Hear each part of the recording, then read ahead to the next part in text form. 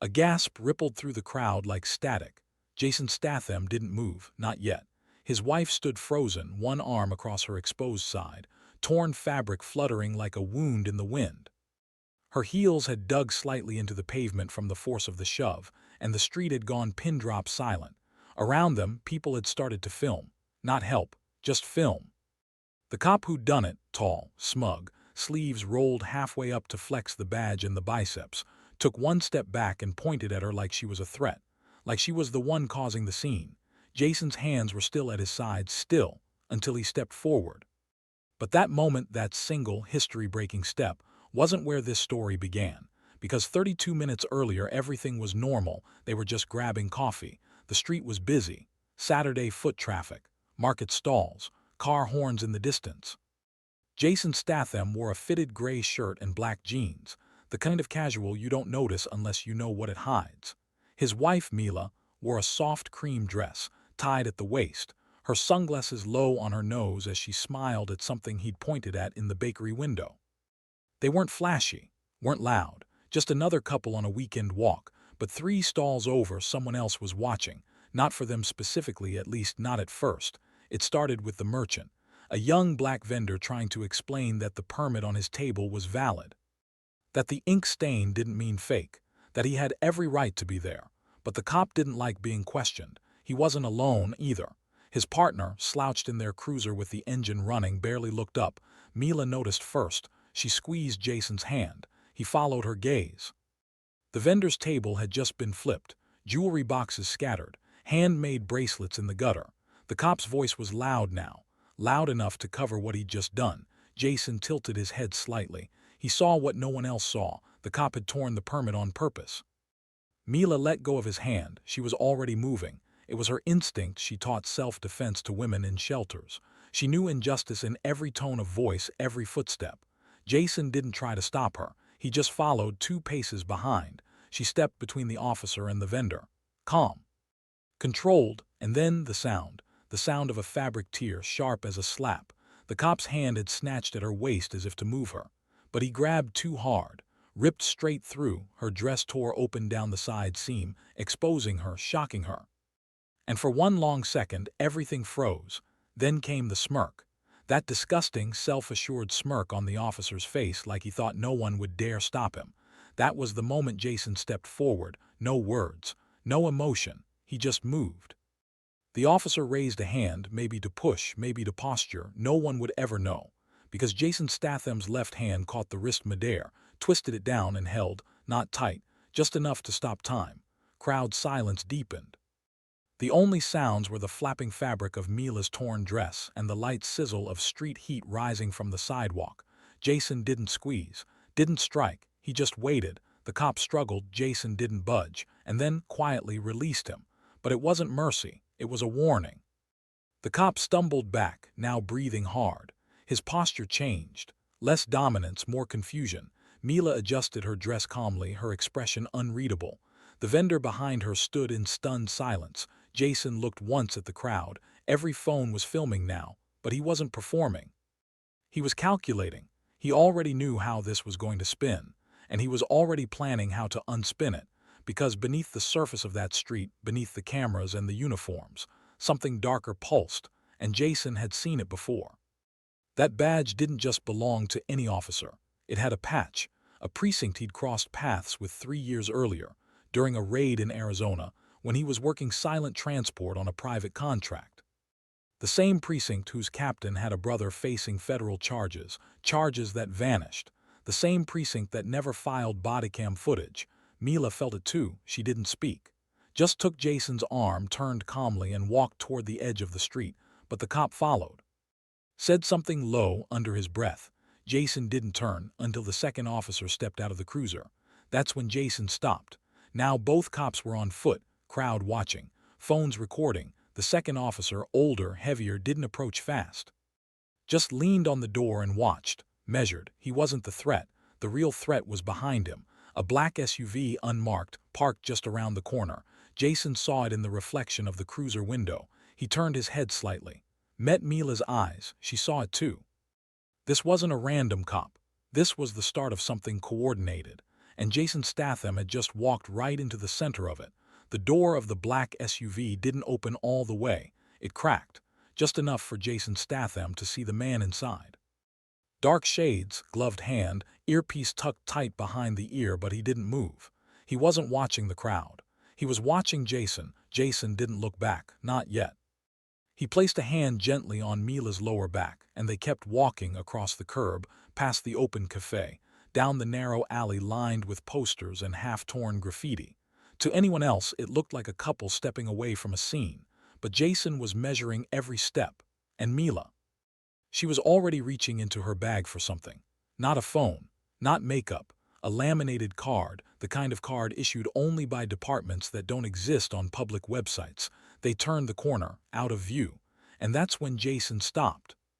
Not because he was afraid, but because he was sure now. They weren't supposed to be there. He turned to Mila and took the card. Read it once. Scanned the embedded chip with the reader in his back pocket, a habit from his courier days. It blinked green, still valid. But that wasn't the concern. The concern was why they needed it. Because if the black SUV was who he thought it was, then someone had just activated a ghost file.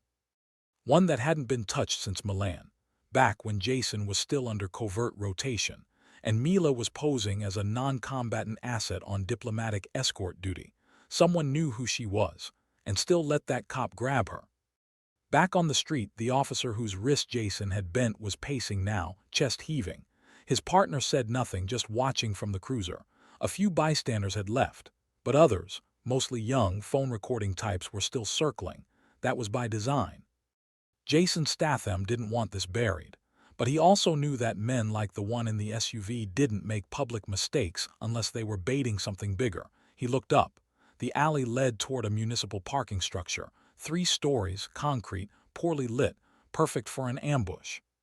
So he took Mila's hand and guided her toward the opposite end of the alley, toward the church steps.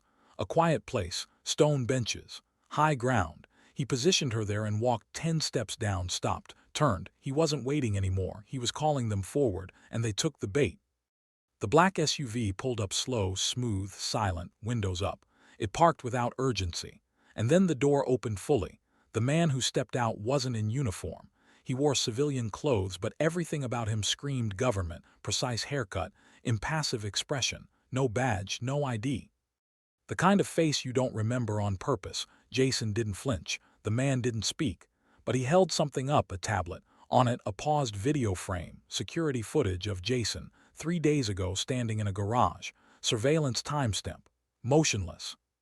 They had eyes on him long before this street scene. But why now? The man lowered the tablet and gestured behind him. The second man exited the SUV, not official. Tattoos along the neck, civilian shoes, broad stance, muscle. That's when it clicked. They weren't there to interrogate Jason. They were there to bait him into a response. One that would look like an unprovoked assault on law enforcement. To dirty his name, to label Mila as hostile spouse. To flip the narrative before it could be exposed. Jason knew the tactic. He'd used it himself, back when he was under orders to make things disappear quietly. Now it was being turned on him. Behind him, Mila remained seated, calm, eyes on the 2 men. But her hands were now inside her torn dress, wrapped around something they hadn't seen, a micro-device the size of a pen cap. Live feed. Jason stepped closer. He didn't blink. The first man smiled, thin, robotic. Then he turned, started walking away like it was done. That was the moment Jason moved. He didn't strike. He walked, right past them, right to the cruiser. The partner inside looked up, startled. Jason raised one hand slowly and placed Mila's laminated ID card on the windshield, then turned, never breaking eye contact. The card flapped once in the wind and stuck. The officer inside didn't move, because he recognized it, and suddenly the whole dynamic flipped. The SUV man paused halfway to the door. Now he had to make a choice. Escalate and trigger federal flags. Or retreat and admit the operation had failed. He didn't move, because Jason Statham had already walked past him again, back to Mila. And that's when the third vehicle showed up, not fast, not loud, just a quiet black sedan, older, dusted, official tags. An old man stepped out. Cane in hand, sunglasses on, military posture. Jason's shoulders straightened, because he recognized him, Colonel Davorin, retired, officially. Unofficially, the man who handled cleanups when agency operations bled into civilian ground. If Davorin was here, that meant the bait had gone too far. Jason waited. Davorin walked slow. No words. He nodded once to Jason, then looked at Mila, then at the SUV. Finally, he gestured for the tablet. The man handed it over. Davorin reviewed the footage, then turned the screen toward the cruiser. 1 second passed, 2. Then Davorin took the laminated ID off the windshield, handed it back to Mila himself. She stood, nodded politely. Jason turned to walk, but stopped, because Davorin placed something else on the cruiser hood. A sealed envelope, unmarked. Jason took it, didn't open it, not yet, because that wasn't the kind of message you opened while being watched. They walked away slowly down the block, into the crowd. The moment they vanished from view, the SUV pulled out, quiet, fast. Gone. But the cruiser didn't move. Inside, the second cop just sat there, frozen, because now he wasn't sure who he worked for. Jason and Mila turned one final corner. He handed her the envelope. She opened it carefully. Inside, a single photo, a girl about 15, wearing a private academy uniform, her face pixelated. But Jason recognized the insignia on the collar. It was from a school that didn't show up on maps, a facility Jason had worked perimeter on once, years ago, back when they didn't ask questions about who funded what. And that's when he realized something else. This wasn't just about them. This was about someone else entirely, and they'd just been chosen to be the distraction. Jason Statham didn't speak for 5 blocks. The photo in his hand wasn't trembling. But something about the way he held it, by the edge, without folding, without smudging, said more than any words could. Mila walked beside him silently, her dress still torn, though she no longer covered it. Her presence had changed. They weren't escaping anymore. They were tracking something. The girl in the photo couldn't have been more than 15, but her posture in the image, half turned back, rigid, hinted at training. The blurred face was intentional, not accidental, and Jason recognized the collar insignia, a red falcon stitched into navy blue, not a school, a holding campus. 3 years ago, he'd guarded a classified logistics handoff along that same eastern corridor. Sealed vans, no IDs. One girl had slipped from the vehicle and run toward the fence before being dragged back by handlers in suits. She'd been wearing the same insignia. And now, whoever left that envelope wanted him to connect the dots. Jason glanced at Mila. She already knew what he was thinking. This wasn't about the cop. That incident was real, but it was the match, not the fire. Someone wanted Jason and Mila to see the girl, to pull on the thread. So they did. They changed direction. No more crowd cover. Jason flagged a rideshare, not with his main account but with a burner tied to an old courier alias. They gave the driver an address near the docks, not the real location, just close enough to walk the rest. The city got quieter as the streets narrowed. Old shipping lanes, abandoned warehouses. Jason stepped out first. The ride pulled away. Then they cut through 2 blocks of rusted fencing and followed a cracked path toward a power junction box, camouflaged behind a false maintenance wall. Jason keyed in a 6-digit override. The door clicked open. Mila followed him down. Beneath the city, beneath the manholes and the subway tunnels, sat a legacy system, a defunct intelligence drop point no longer tied to any active agency. Jason had found it years ago, back when he was still tracking rogue logistics teams that smuggled more than weapons. Today, it was his safe zone. Inside, 3 walls, a folding table, a case with analog gear. He placed the photo under the lens, zoomed in, enhanced the edges, color-corrected the shadows. Then he paused, not at the collar, at the background, because faintly, just barely, the edge of a logo was visible behind the girl. A curved crest, broken in half. It wasn't a school crest. It was military, more specifically, domestic. And only one unit used a broken crest insignia that shape. Unit 61C. An off-books juvenile detention program disguised as a private reform academy. Jason had only heard the name once, whispered between contract drops in Berlin. A unit not listed on paper. A facility that housed exceptional risk minors, kids with potential, kids with secrets, kids the government couldn't allow in public, the kind of place that didn't allow exits. Mila leaned over the table. She was reading the date on the photo metadata, only 3 weeks old. That girl was still inside. Jason stood up. He opened the metal locker in the back of the room. Inside, a jacket, plain, civilian, With two internal compartments stitched by hand, one for tech, the other for close contact gear. He packed quietly, then paused. Because Mila wasn't preparing to move, she was staring at the wall, at a bulletin board filled with Jason's old files. One in particular, a blurry shot of a man in uniform, laughing with two others during a private gala. The same man from the SUV, not the driver, the one holding the tablet. Mila stepped forward, pulled the photo down, and flipped it over. Handwritten on the back, not in Jason's handwriting, was a name: Saul Cray, a handler, longtime asset manager for off-book juvenile systems. Last seen in Caracas 6 months ago. Jason blinked slowly. Because now it all made sense. The incident with the cop, the staged footage, the baited surveillance. It wasn't about retaliation. It was a stress test. They'd used the cop to see if Jason would react publicly. And once he passed that test, once he responded calmly but decisively, they delivered the envelope. Because someone needed help, but couldn't ask out loud. They were using the old rules: spycraft, leverage by trigger, and that meant only one thing. Someone inside 61C wanted Jason Statham to break in, but that wouldn't be easy, because the facility didn't have maps, didn't have a postal code, only Jason's memory, and one old contact. He opened his satellite phone, untraceable, analog only, and punched in a number etched into his watch strap. A code from the Milan days. The call rang twice, then disconnected. 10 seconds later, a message appeared on his tablet, a location, and a phrase: one night window, no backup. East Fence.